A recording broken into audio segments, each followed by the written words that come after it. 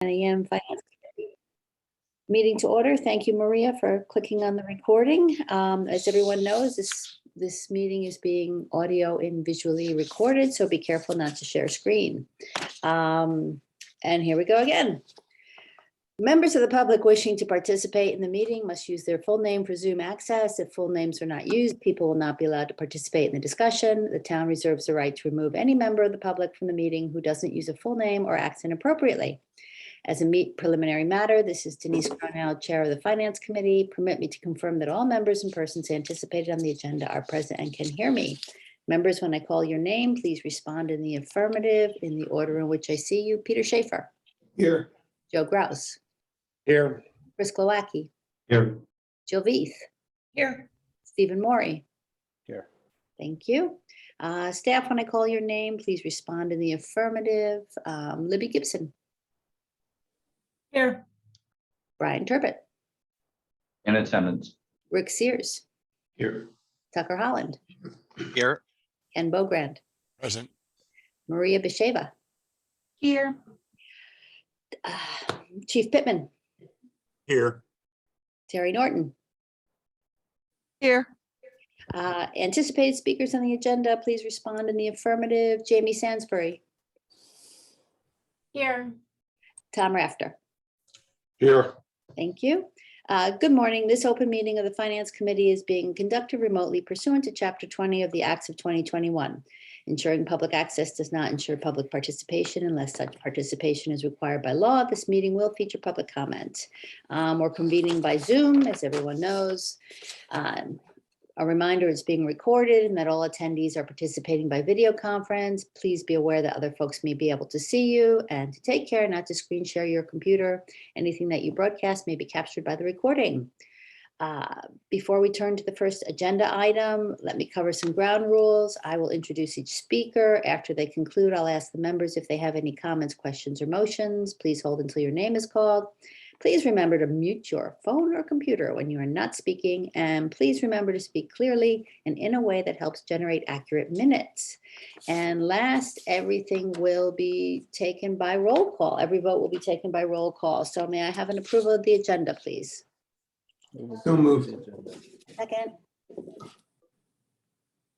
Sure. By roll call, Peter Schaefer, Aye. Joe Grouse, Aye. Chris Glowacki, Aye. Jill Veith, Aye. Stephen Morey, Denise, aye. Okay, I will now open for public comment. If you have a public comment, please raise your electronic hand. Seeing no electronic hands raised, I am closing the public comment. And I will turn it over to Libby and Brian for review and discussion of technical amendments to the articles in the 2022 annual town meeting warrant. Thank you, Denise. I think Brian's going to take us through the technical amendments, of which right now I think there are four. Yeah, we'll start with the unpaid bills article, and we'll go through them. Libby, we should probably save Article 8 until the end to have a broader discussion, correct? Yes, so we Okay. want to update you about our housing idea, our $1 million housing idea pilot program, which we'll do at the end of this. Did they get the outline? They got it this morning, yes, so we can take Okay. it through. So, Thank you. Okay, Brian, then over to you. thank you, Madam Chair. So Maria's putting up Article 2, I think, yes, the unpaid bills. Unfortunately, try as we might through the whole entire fiscal year, there was one bill from the police department that slipped through for the Inquirer Mirror in the amount of $95.88, which we needed to add to this. So that changes the total for unpaid bills in the general fund to $90,154.47, of which we're using free cash to pay that entire amount.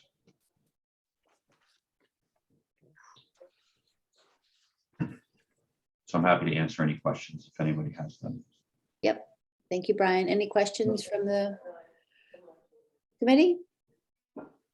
Seeing none, may I have a motion, please? So moved. Well, it needs to be a To specific. accept, to accept the revision. Thank you, Peter. May I have a second? Second. Thank you. Roll call, Peter, Aye. Joe, Aye. Chris, Aye. Jill, Aye.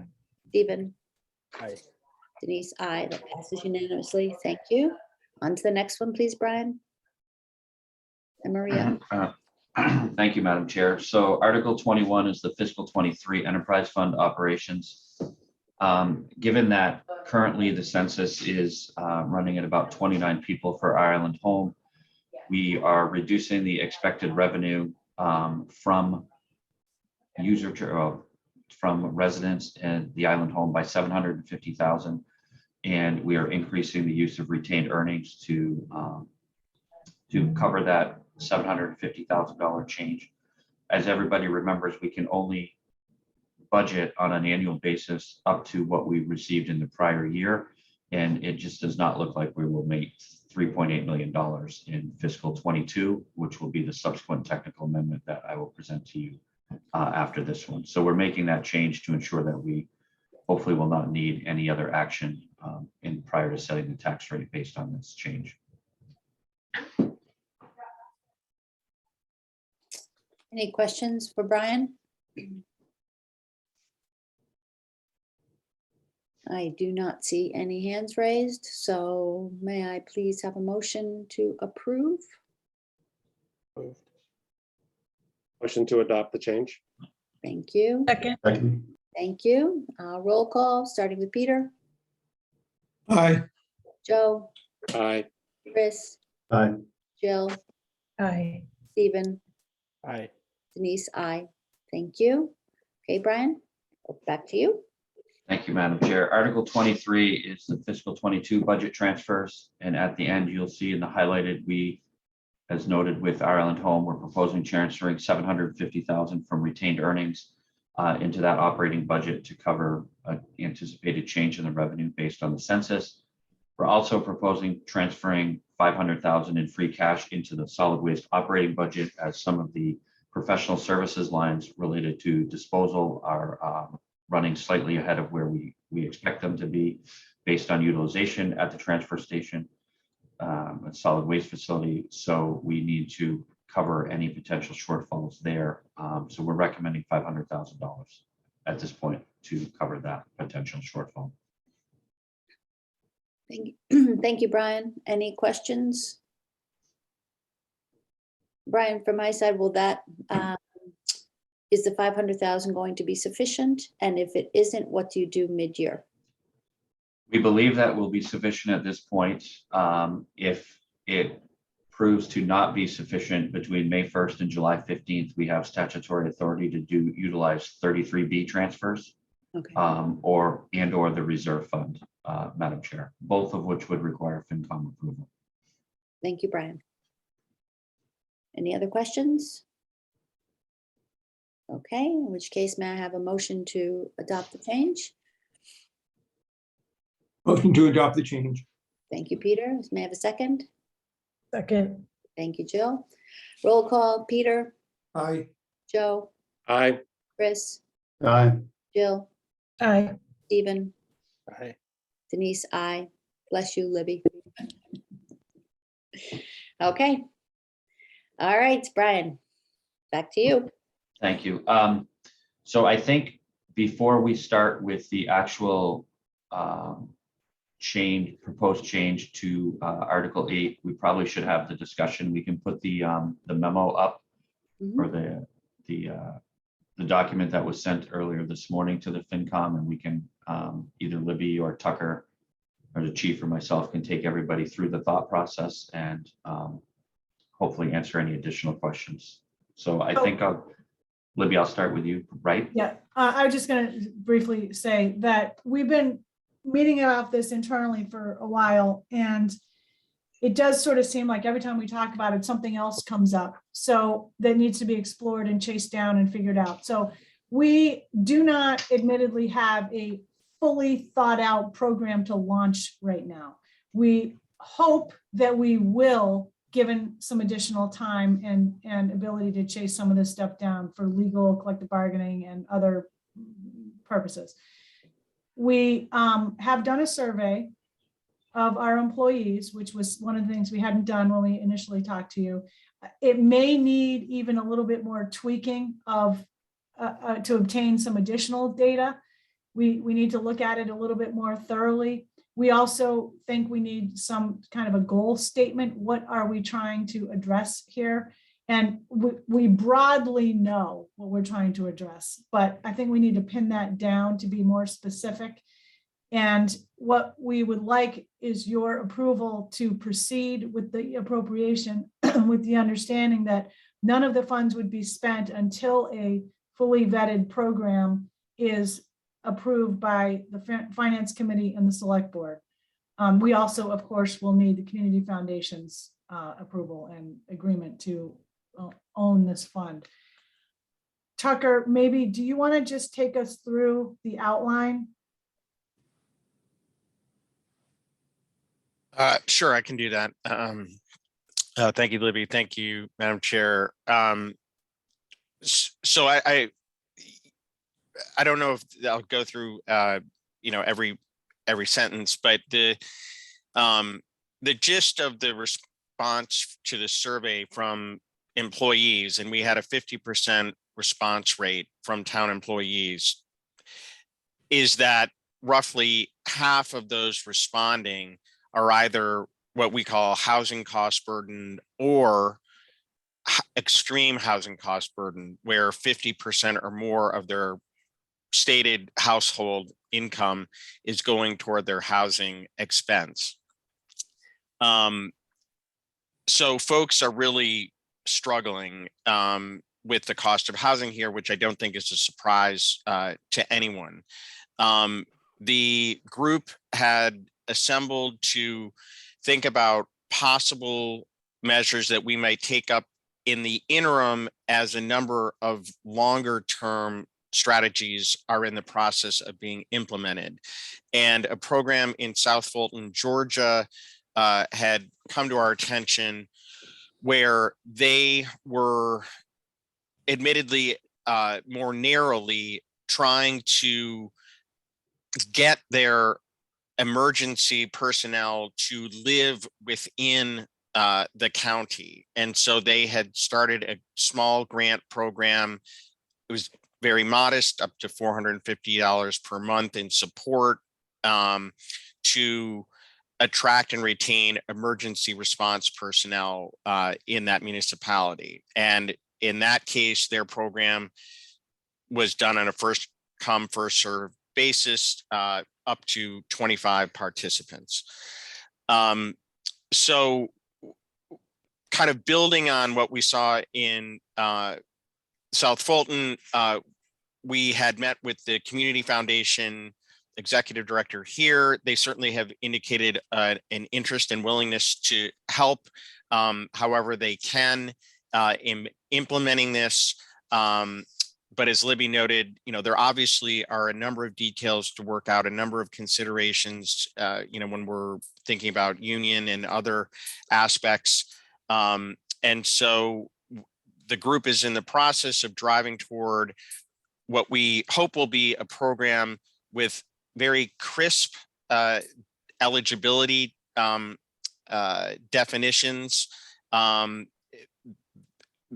appropriate level of information provided to verify that folks fall within the prescribed categories, and ultimately something that the Community Foundation will not have to make what I would call discretionary judgments about who it applies to and who it doesn't, that simply you either meet the criteria or you do not. So we are, again, in the process of ironing out a number of details. And as Libby stated, at this point, we would ask for the FinCom's support of this request with the condition that we would be coming back to you all as well as to the Select Board with the final program definition. Thank you, Tucker. Joe, did you want to add anything to that? Because I know you and Peter are active, but you were at the meeting, and it was yesterday. Sure. I sat in on a couple of the meetings of Libby and Tucker. I'm not sure who, I guess Libby's the chair of the group, but and as Tucker and Libby have outlined, I think as they've dug into trying to define who would qualify, how are you going to determine whether people are eligible or not. I think the details sort of ran away from them. And but having said that, I think we all, certainly speaking for myself, and I think we all know that housing is a critical issue, especially for middle level employees of the police department, DPW, town administration, and so on. And I feel like this is a worthwhile effort, certainly as a test or an experiment, to see whether or not this might be a way to help town employees of all departments deal with the rising rents and the high cost of housing here on the island. So I think the group has done a lot of good work, and I think they're closing in on as Tucker has outlined, a fairly specific and well-defined plan. $1 million isn't going to go that far, candidly, but I think it's worth giving it a shot and seeing whether this is one way that the town can help attract and retain employees. So I'm for it. Thank you, Joe. Peter, did you want to add anything as well? No, I was unable to join the call. I was traveling yesterday. I do have a question. What happens? Okay, so let's say half of the households apply and qualify. Do they get double the amount? They get 10-4? Is that what your plan would be? I'm sorry, even I didn't understand that, Peter. Could you? Okay, if right now it says 474 households met eligibility, let's just say half of them met eligibility. Would they get double the 5,700? Would they get 10-4 or 11-4? I don't think so. To be honest with you, I think the intent of the program is to help as many people as possible. So if half of the people that we estimate would be eligible applied, I don't think that we would double the amount to those individuals. I think that amount would go unused. I don't anticipate a scenario we would do that from my perspective. Okay, so the goal is to distribute 5,700 per employee, regardless of how many employees apply. Well, I think that's the number I that don't as think an so. estimate in there. I think that ultimately the number will be defined when the finalization of the actual parameters are finalized and presented to the FinCom and the Select Board. So it could be less than 5,700 helping more people, or it could be 5,700 helping was it 174 people in there, or it could be even less helping more people, or some metric there. But I don't think 5,700 is the absolute number that's been settled on. Okay, that's all I wanted to know. Thank you. Does that answer your question, Peter? Yes. Okay. Brian, to be clear, the 57, yes, Chris and Stephen, I'll get, but you both raised your hand. And Jill, I got your question. I can ask it for you. The 5,700 is what Georgia did.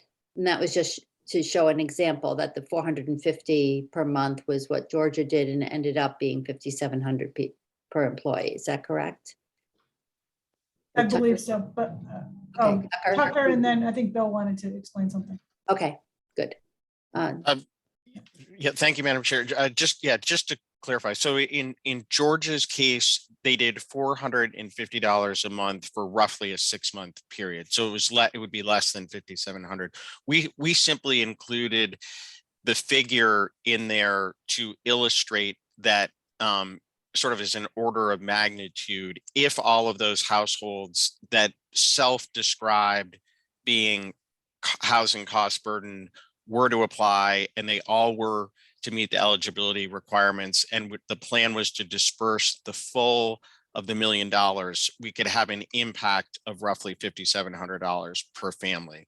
But there, as Libby said, there's a lot more analysis that we are doing with the survey, which just was completed last Monday by the employees, to get at a more refined number as to what might be appropriate. And there perhaps could be differences between rental versus ownership, and we're debating that aspect as well in terms of rental versus ownership, and whether support for both of those would be appropriate.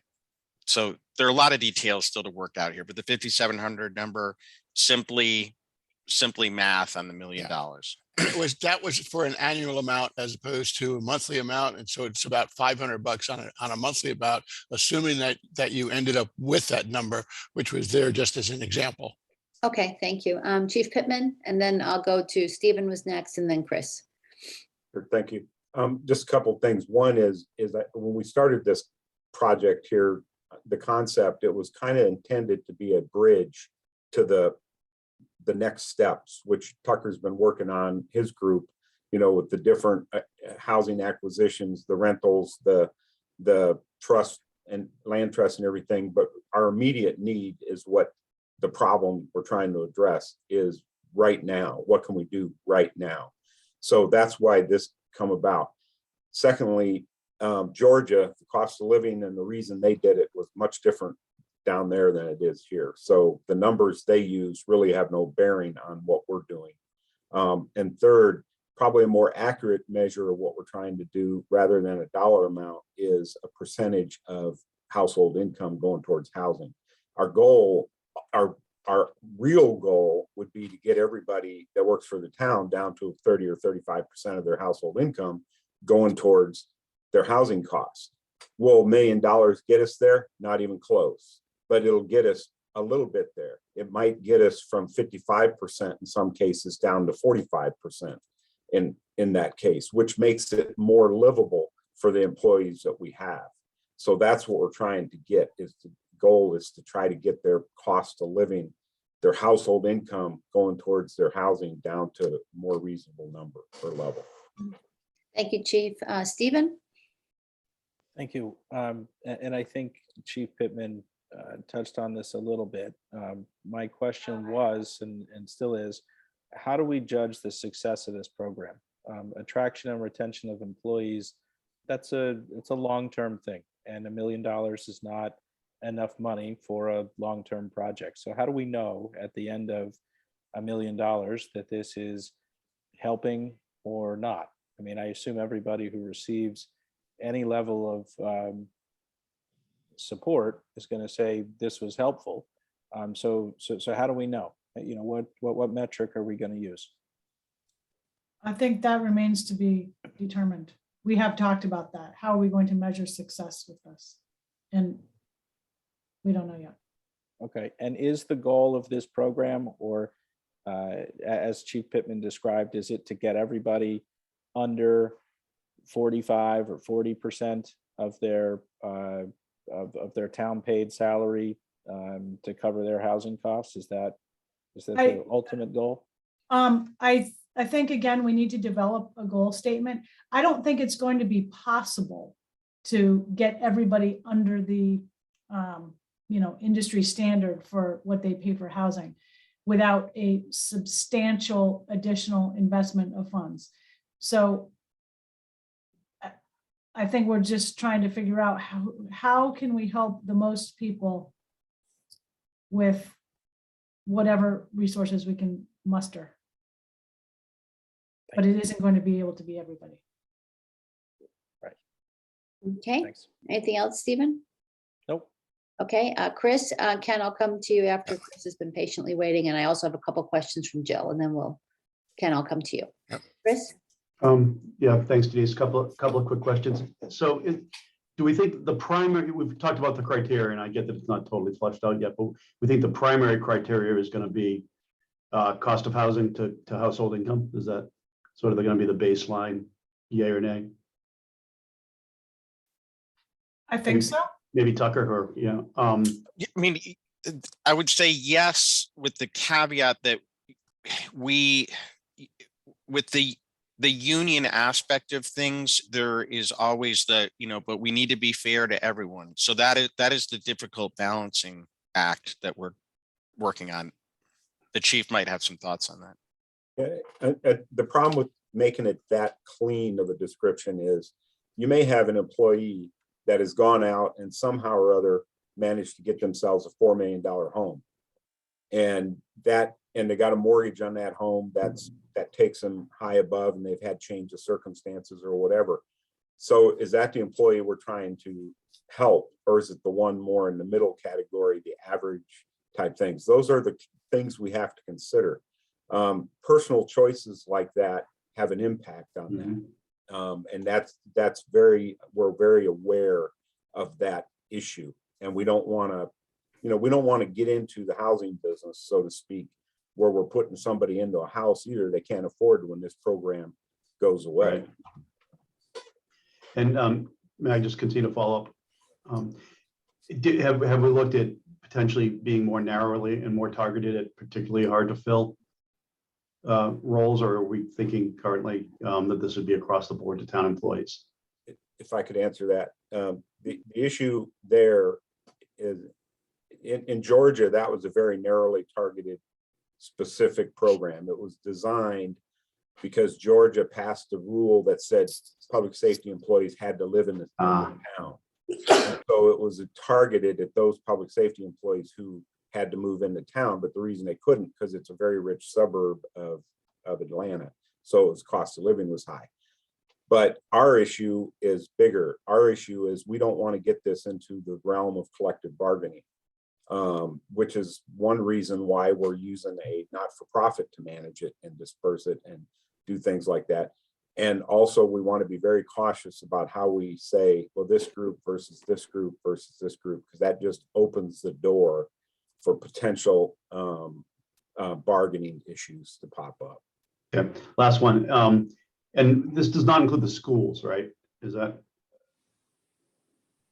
We're not considering them town employees for this purpose? No, that's a very good question. I think that is something we're a little bit struggling with now. The school has already has a nonprofit that was specifically established to help school teachers, Nantucket Educational Trust. And we did include them in our survey. And I don't think we are opposed to including them, but we have not fully vetted that, I guess I would say. Okay, thank you. Okay, so Jill's questions are, is this considered a salary increase or bonus, and would it be taxable income? Neither. So it's not a salary increase or a bonus, and it won't be taxable income. It'll be Well, structured in a way. I can't answer it about the taxable income, but it's not anything to do with their salary, because it would be through this third party. It would be completely separate allocation, not salary related. Correct me if I'm wrong, any of my team. We don't believe it would be salary related, because we would be making a grant to the community foundation we'd have an agreement with them, and they would make the grants, not us. Okay.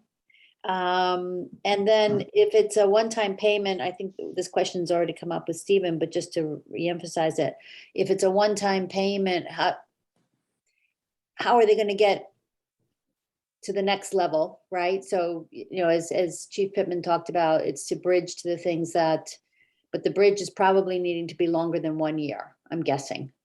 So if it's a one-time payment, and it goes back to Stephen's earlier question. So when we finally see the program as it's laid out, the goals, as Libby's talked about, the goals and the success factors are quite important for us to be able to measure that, yes, it was nice that we did this, and here's the staff that we retained, here's the community service officers we were able to hire, or the police we were able to hire and retain, et cetera, in order to know that this was of course, it's a good investment, but it's a constructive investment, I guess, as well. So, Jill, did that cover everything you wanted? Jill, thumbs up or thumbs down that I got your questions asked? Okay, thank you. Thank you. Good. Ken, did you want to add something? You wanted to add something before? Yeah, just a point of clarification to Steve's comment. Steve, it is not relative to the employee's salary. It's relative to the entire household income, which is a criteria that needs to be measured as to percentage of the rental or ownership expense compared to the total compensation for the entire unit. So it is a broader category in terms of any income that they have. Yeah, it's to be counted in terms of seeing whether or not they qualify, not only their salary. Got it. So we're looking at other members of the household who are contributing. Absolutely right. Yeah. Okay. Thank you. Good. Any more questions from the Finance Committee? No? Okay, in which case, Brian, the motion would be, Maria will put the motion up. Madam okay, Chair. So in Article 8, we have made the amendment to the housing office for the $1 million. Maria, if you could scroll down to the end of the motion, please, or the end of the. And we have revised the motion to include the change from $922,500 in free cash to $1,922,500. okay. Can I just ask you a quick question, Brian? That the wording after that for one-time and operating expenses that are included in it's not really for that, or is that part of a prior sentence? Well, that's all of the free cash. I mean, I suppose we could figure a way to change that wording. I'm But- seeing this for the first time right now, and I'm just thinking to myself, I don't know how transparent this is. We're not saying that we are putting forward $1 million for town employee housing. Do we need to? I'm looking for. We might be able to put something underneath the budget unanimously recommended that has a note, Libby, there. I actually didn't think about that, to be honest with you, when we wrote this, candidly. I mean, I'm open to other input from FinCom or whoever, but we might get questions about this because it's, out there as a program we're looking at, and people who know how to read Article 8 might say, where's the $1 million? I mean, wouldn't you say, Libby, that it would be more under the comment that Brian just referred to, because free cash can only be used for one time, right? So if you sit down and say budget unanimously recommended, blah, blah, blah, and then say included in this amount is $1 million for a program to support employee housing expenses. Yeah, that sounds good. I just want to be clear that. Okay. We can add that into the final one that we sent to you, Libby. Chris? Yeah, where does it get memorialized that the expenditures of this million is subject to the fully fleshed program having BOS and FinCom approval? Does that not need to be in the motion?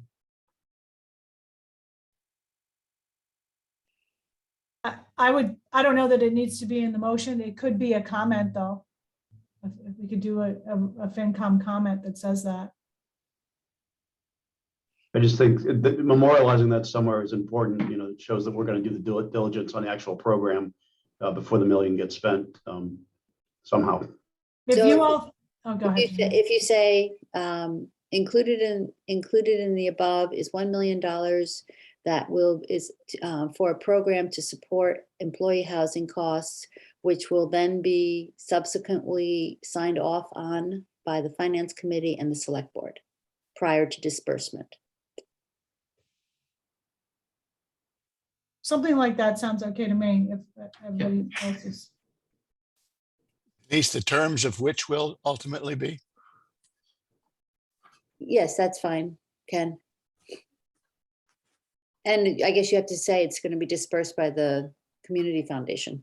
Well, we don't know that yet. I mean, I Okay. think we're pretty certain about that, but we might want to say, we might not want to get into that level of detail right here. The program will need endorsement or whatever sign off by FinCom and Select Board before any money is spent. That's the bottom line, right? Okay, then just keep it that simple.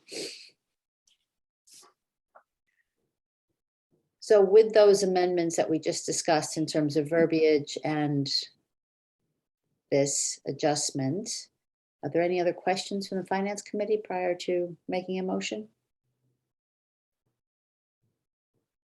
I see none. Okay, Maria, can you take it back off? Thanks, because I can't see everybody. Thank you. And the motion therefore is to adopt with the changes suggested and the additional text. Is that the motion as I understand it, Libby or Brian? moved. Okay, thank you, Jill. Second. Okay, roll call. Joe, Aye. Chris, Aye. Peter, Aye. Stephen, Aye. Jill, Aye. Denise, aye. Thank you. Okay. Brian, the airport revolver? Yep. So, as probably I think some of you expected, we need to ask your permission, which we can do during the fiscal year under Chapter 44 G or F and a half, I think it is for revolving accounts. We need to raise the fuel revolver from the currently authorized amount of 4 million to 9.5 million. To, as everybody is aware, fuel has gone through the roof, and the airport is no different than anybody else in experiencing that with their jet fuel sales.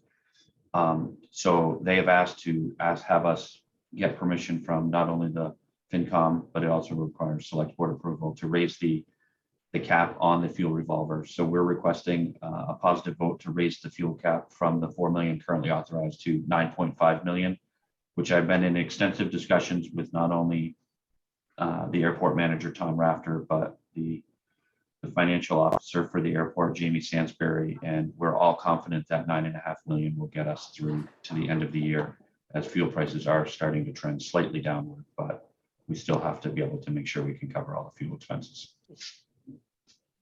Questions from Finance Committee?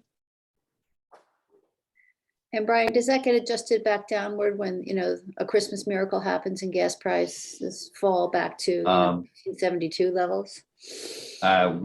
Well, between now and June, no, but the new authorization at town meeting will go into effect for July 1st. So it would be adjusted downward based on whatever is approved at town meeting. Thank you. Any questions or comments from Finance Committee? Otherwise, do I have a motion to approve the adjustment from 4 million to $9.5 million for the airport fuel revolver? So moved. Thank you. May I have a second?